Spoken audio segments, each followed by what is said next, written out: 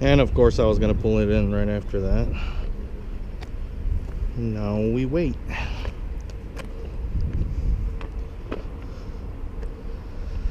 And I do not have a fishing pole. Again, I forgot the fishing pole.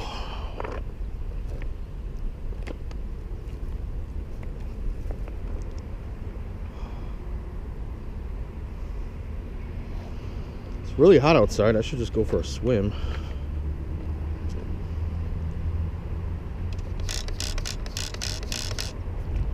Yep. I knew that was gonna happen.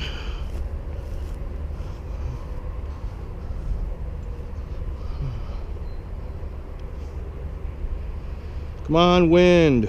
Where are you?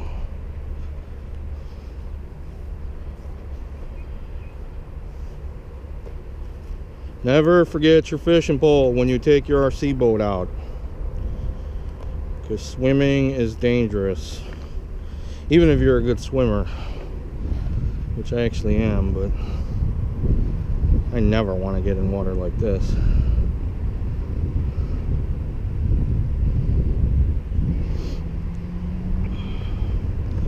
I have nothing. I don't have a rope. I don't have a rope. I don't have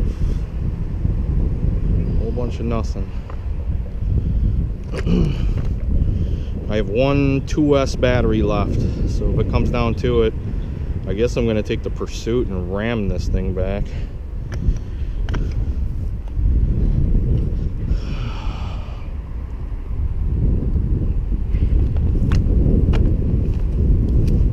Sad part is that's probably, it looked decent. That's probably the best run the boat's ever had.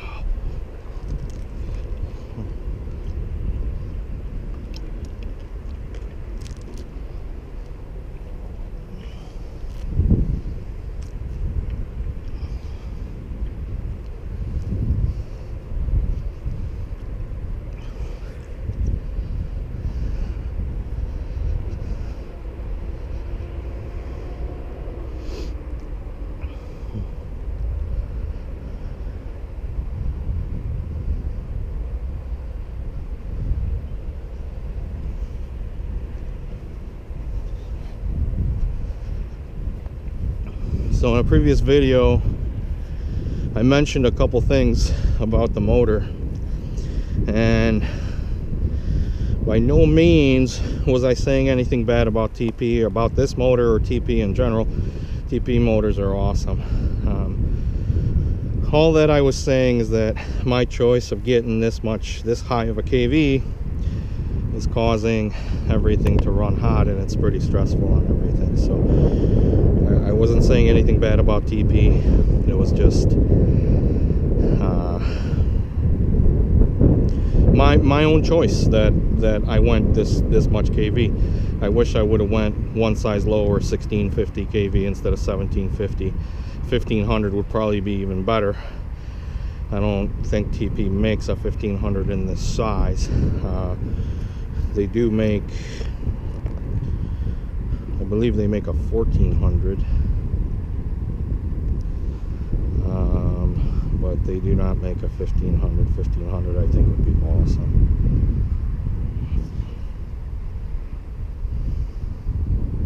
Second thing I was saying is I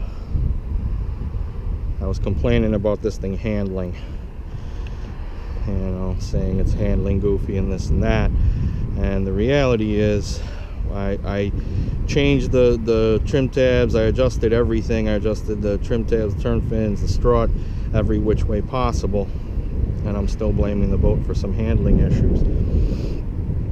And then I sat back and I watched other people's videos, and I'm watching other people's videos, and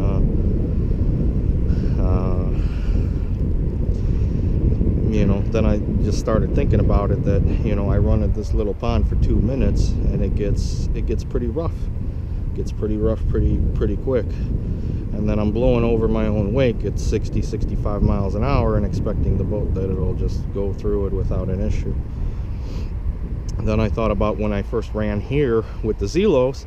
I was super careful that I didn't run over my own wake. I was super ultra careful that I wouldn't run over my own wake. And you know, when I think of monohull, I think they handle rough water better, and they do, but I think my expectations were a little bit off.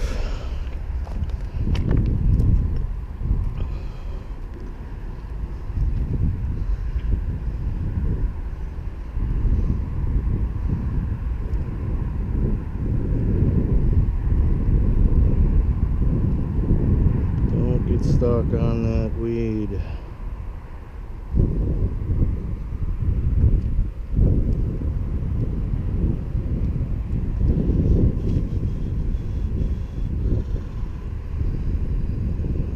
Well, yeah, the reality is maybe I just got to drive a little bit different, and lately I've been trying to do that, just avoid the wake.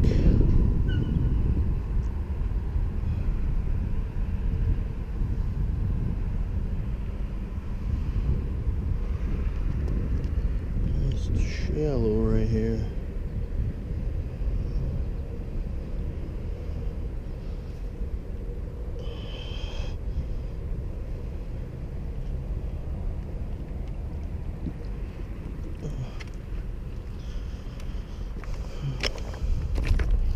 But again, wasn't saying anything bad about TP motors. I think TP motors are awesome. Just should have went a little less KV.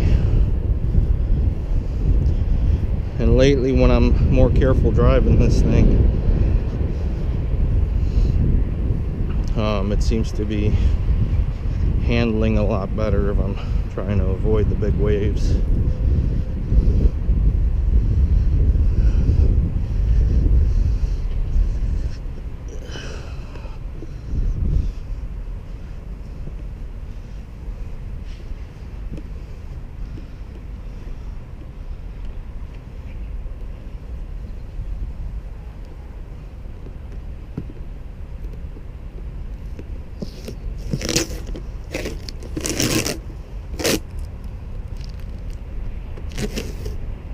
Oh yeah, I raised it already. Had the wires were getting hot.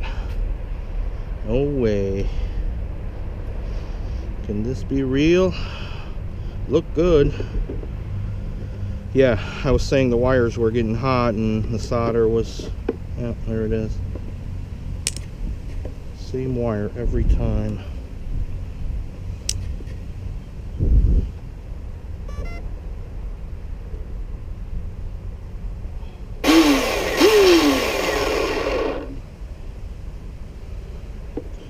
But I was saying the solder, I had that issue with the solder melting, and I'm running a bigger prop than ever, and I just raised the timing to 10 degrees. It was at 8 degrees before.